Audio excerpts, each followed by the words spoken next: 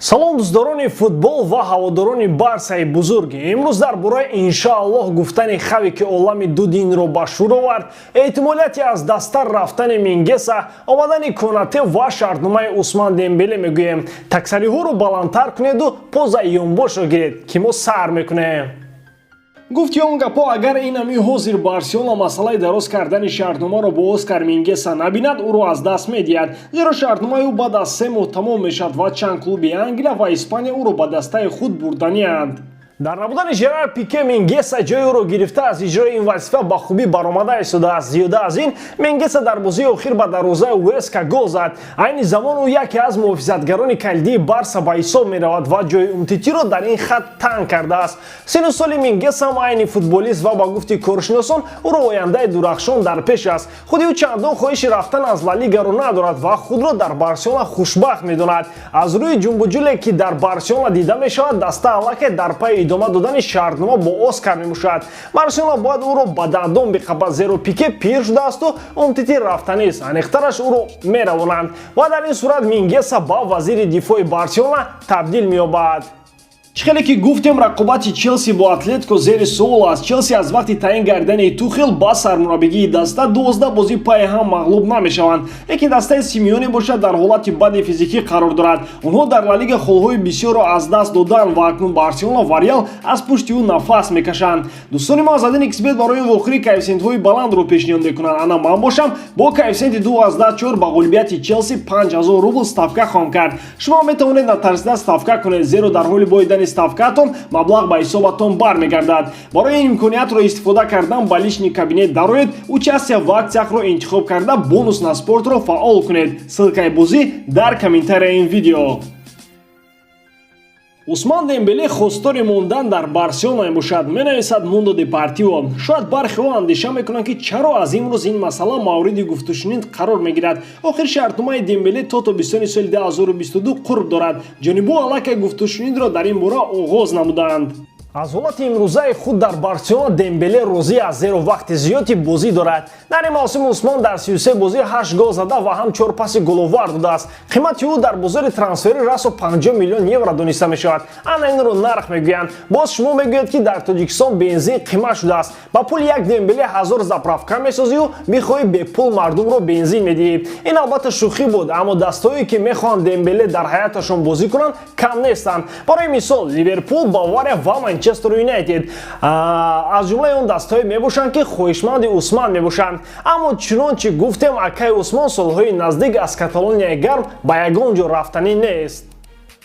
ба назар чунин мерасад ки ё Умтити аз Барселона ё Варан аз Реал ин мавсим дастаҳои худро тарк мекунанд, зеро Барселона ва Реал мехоҳанд ки дар ин мавқеъ муҳофизатгари марказии Лейпциг Ибраҳима Конатеро бинанд. мадридиҳо бештар аз як сол аст ки ба ин бозингар таваҷҷӯҳ доранд ва омода буданд ки соли пур ӯро мадридӣ кунанд, аммо бечора як ҷароҳат бардошт ки дар 37 бозӣ иштирок накард. намедонам ин чӣ хели ҷароҳат буд, аммо агар як поятро буранд, ҳамин қадар дуру дароз тавбат намегирӣ.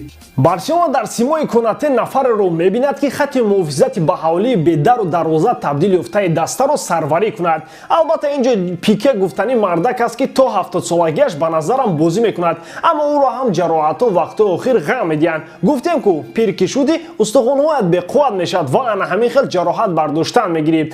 қабултар аз ин Барселона мехост Дайо Упамеканоро ба Каталония биёрад, аммо ӯ акнун шарафи Баварияро ҳимоя мекунад ва Барселонаро зарур аст ки ба ҳамин Конате маҷрӯҳ забон ёбад, зеро дар радифи Барселона 4 гранди премер лигаи Англия, Челси, Манчестер Юнайтед, Ливерпул ва Арсенал хостори Конате мебошанд. гуфти бобои ғулом ин сағира чӣ кор карда бошад ки ними дунё хостораш шудааст, намедонам. ин мавсим Конате дар 9 бозӣ 1 гол задааст. ин ҳамин қадр кор кардааст, ҳарчанд ки вазифаи ӯ голзанӣ нест, балки пеши голзанҳоро гирифтан аст.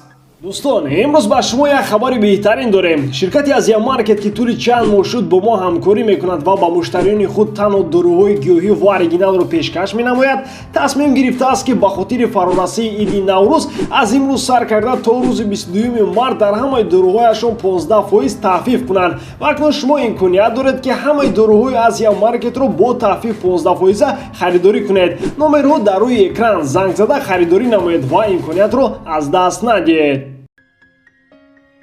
дирӯз Хави сармураббии Алсад дар як мусоҳибааш гуфт ки иншоаллоҳ Месси дар даста мемонад. Не, илтимос ҳозири инҷо даъвои мусалмон шудану исломро қабул кардани Хавиро нагузоред. Инҷо чанд агару магар аст. Гап сари ин ки Хави калимаи иншоаллоҳро ҳамчун калимаи умедворам истифода кардааст. Албатта иншоаллоҳ гуфтани Хави олами тарафдорони дини католикиро тарк кун. Охир ӯ худ католик буда пайравии ҳамин динро мекунад. Аммо ба гуфти Хави ҳама динҳоро бояд эҳтиром кард ва ба урфу одати мардуми дигар динҳо бояд арҷ гузошт. Рамазони қарзи ҳар як мусалмон аст ва мо бояд онро эҳтиром кунем, зеро дар дини мо низ анъанаҳои зиёданд ки дигарон онҳоро эҳтиром мекунанд. Ин суханҳо албатта ба рӯза гирифтани бозингарони Алсад тааллуқ дошт. Дар як мусоҳибаи худ соли 2008 Хави гуфта буд ки футбол ин ҳунар аст ки ба ман худо додааст ва ин аз диндор будани ӯ шаҳодат медод. Биёед ин гуфтаҳоро бо нармӣ ва профессионалӣ қабул кунем, зеро набояд фаромӯш кунем ки клуби Алсад мутааллиқ ба давлати Қатар аст ки онҷо 65% аҳолияш мусалмонанд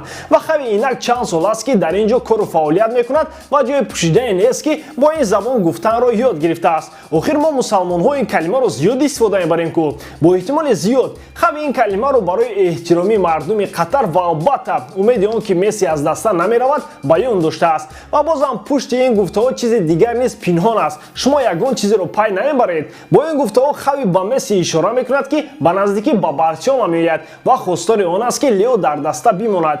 Як замоне Хави ва Месси дар Барселона бозӣ мекарданд ва ин давраҳое буд ки бо шунидани номи Барса бисёре аз дастаҳо ба мағлубияти худ розӣ мешуданд. Дар карьераи футболии худ Хави ва Месси ба қавли гардани даҳҳо абардастаҳои оламро шикастаанд ва акнун роҳбарияти даста Хавиро ба сифати тренери Месси ба Барса оварданианд. Воқеан худи Месси низ ба ин кор комилан зид нест.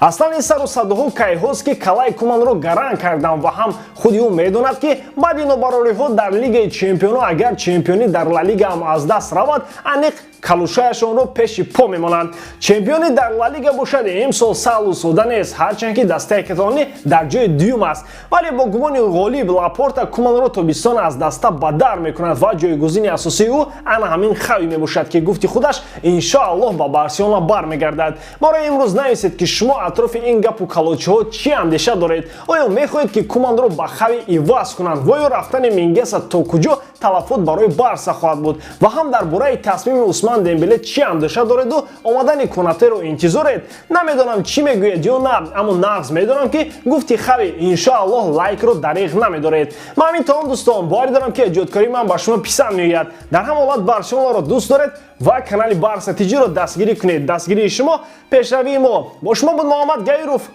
Хай дар паноҳи Аллоҳ.